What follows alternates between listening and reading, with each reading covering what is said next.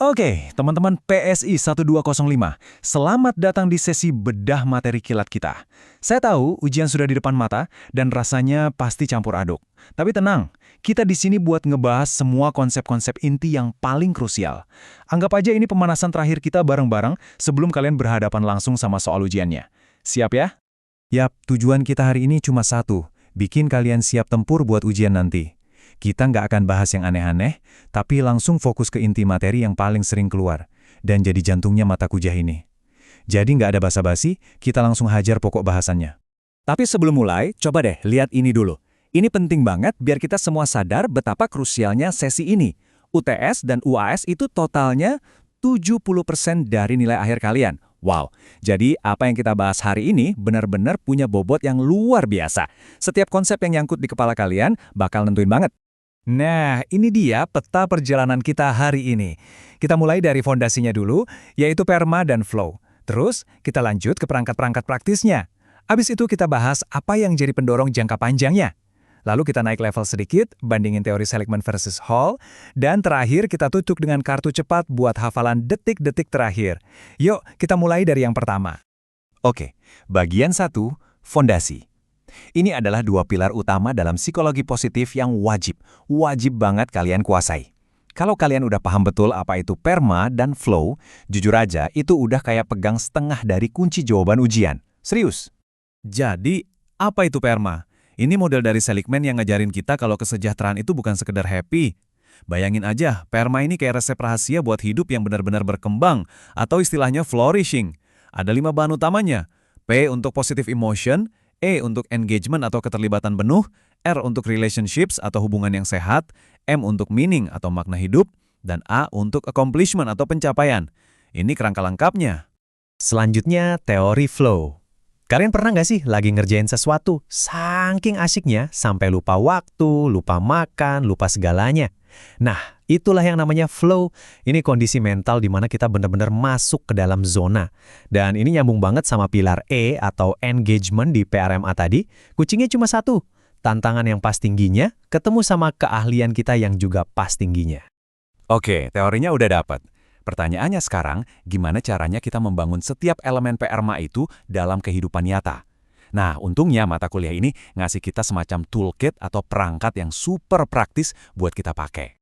Salah satu alat paling ampuh itu adalah 24 kekuatan karakter VIA. Coba lihat contoh di sini. Misalnya kekuatan utama kamu itu rasa ingin tahu. Kamu bisa pakai itu buat ningkatin engagement, I, waktu belajar. Terus, karena penasaran, kamu jadi jago skill baru. Itu langsung mendorong accomplishment, A. Dan waktu kamu ceritain penemuanmu ke teman-teman, itu memperkuat relationships, R. Keren kan? Satu kekuatan bisa nyalain 3 pilar PERMA sekaligus. Terus kenapa sih pilar P atau emosi positif itu penting banget? Jawabannya ada di teori Broaden and Build. Jadi gini, emosi positif itu bukan cuma bikin kita senang sesaat, tapi efeknya lebih dahsyat. Dia memperluas cara pikir kita, bikin kita jadi lebih kreatif, lebih terbuka sama hal-hal baru. Dari situ, kita jadi bisa membangun sumber daya baru, misalnya dapat teman baru atau skill baru, yang akhirnya bikin kita makin sering ngerasain emosi positif. Ini yang disebut spiral ke atas. Nah, untuk pilar R atau relationships, ada satu teknik kunci yang wajib dihafal. Respon aktif konstruktif. Ini adalah satu-satunya cara terbaik buat merespons kabar baik dari orang lain. Bukan cuma bilang, oh selamat ya, terus udah. Tapi benar-benar nunjukin antusiasme yang tulus, nanya lebih lanjut, dan ikut senang. Di sini kita bisa lihat perbedaannya jelas banget. Dari 4 cara merespons, cuma satu yang aktif konstruktif, yang beneran bisa membangun dan memperkuat hubungan. 3 cara lainnya, kalau nggak bikin hubungan gitu-gitu aja, ya malah merusaknya. Jadi kalau di ujian nanti ada pertanyaan tentang cara paling efektif bangun hubungan positif, jawabannya udah pasti ini. Oke, kita udah tahu cara membangun PERMA. Tapi, gimana caranya biar semua itu awet dan bertahan jangka panjang? Nah, disinilah kita butuh mesin pendorongnya. Bagian ini ngebahas soal pola pikir dan karakter yang jadi pondasi buat sukses dan sejahtera secara berkelanjutan. Konsep dari Carol Dweck ini benar-benar fundamental. Growth mindset atau pola pikir bertumbuh itu adalah keyakinan kalau kemampuan kita itu bukan sesuatu yang tetap, tapi bisa banget dikembangin lewat usaha dan kerja keras. Ini tuh ibarat bahan bakar utama buat pilar A atau accomplishment. Tanpa growth mindset, begitu ketemu tantangan, kita pasti gampang nyerah. Selain growth mindset, ada 3 mesin lain yang nggak kalah penting. Pertama, grit, yaitu gabungan maut antara semangat dan kegigihan. Kedua, teori harapan, yang isinya adalah willpower atau kemauan keras plus way power alias kemampuan buat nyari jalan keluar. Dan yang ketiga, mindfulness, yaitu latihan buat fokus ke masa kini. Kenapa ini penting? Karena mindfulness bantu kita bangun stabilitas emosi, jadi kita nggak gampang kebawa perasaan dan tetap fokus sama tujuan. Oke, sekarang kita naik level sedikit ya. Kita masuk ke materi yang lebih dalam yang mungkin dibahas di minggu-minggu akhir kuliah. Kita akan coba bandingin konsep makna menurut Seligman dengan pendekatan neurosemantics dari Michael Hall yang langsung menghubungkan makna dengan performa kita. Nah, di sini perbedaannya jadi menarik banget. Kalau Seligman, makna itu lebih ke pertanyaan besar, yaitu mengapa? Apa sih tujuan hidup kita? Tapi Michael Hall ngambil ini selangkah lebih jauh. Dia nggak cuma nanya mengapa, tapi juga bagaimana. Gimana caranya kita menerjemahkan mengapa yang besar itu ke dalam tindakan nyata, ke dalam kinerja kita sehari-hari, jadi lebih praktis. Jadi, bisa dibilang konsep neurosemantics ini kayak upgrade buat model PRMA. Ada teknik namanya Accessing Personal Genius yang bisa bantu kita ngehack kondisi flow untuk pilar E, terus ada matriks makna kinerja yang secara langsung menjembatanin pilar makna M dengan pencapaian A. Hasil akhirnya apa? Peak performance, yaitu kondisi di mana apa yang kita lakukan itu selaras banget sama siapa diri kita dan apa tujuan hidup kita.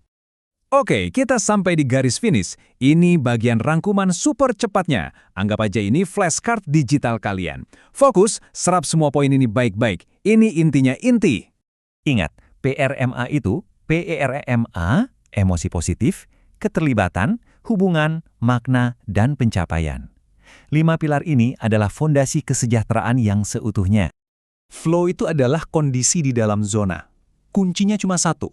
Keseimbangan sempurna antara tantangan yang tinggi dengan keterampilan yang tinggi.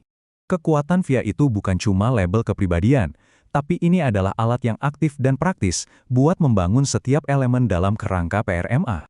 Kalau mau sukses dalam jangka panjang, 2 hal yang wajib punya adalah grit dan growth mindset. Mereka adalah mesin pendorong buat pencapaian dan ketahanan mental. Dan yang terakhir, untuk hubungan yang kuat dan positif, selalu gunakan respon aktif konstruktif waktu dengar kabar baik. Ini adalah standar emas dalam komunikasi.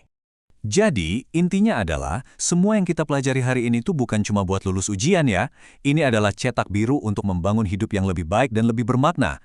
Pertanyaan besarnya sekarang buat kalian adalah, setelah ujian ini selesai, gimana kalian akan pakai cetak biru ini di kehidupan kalian sendiri?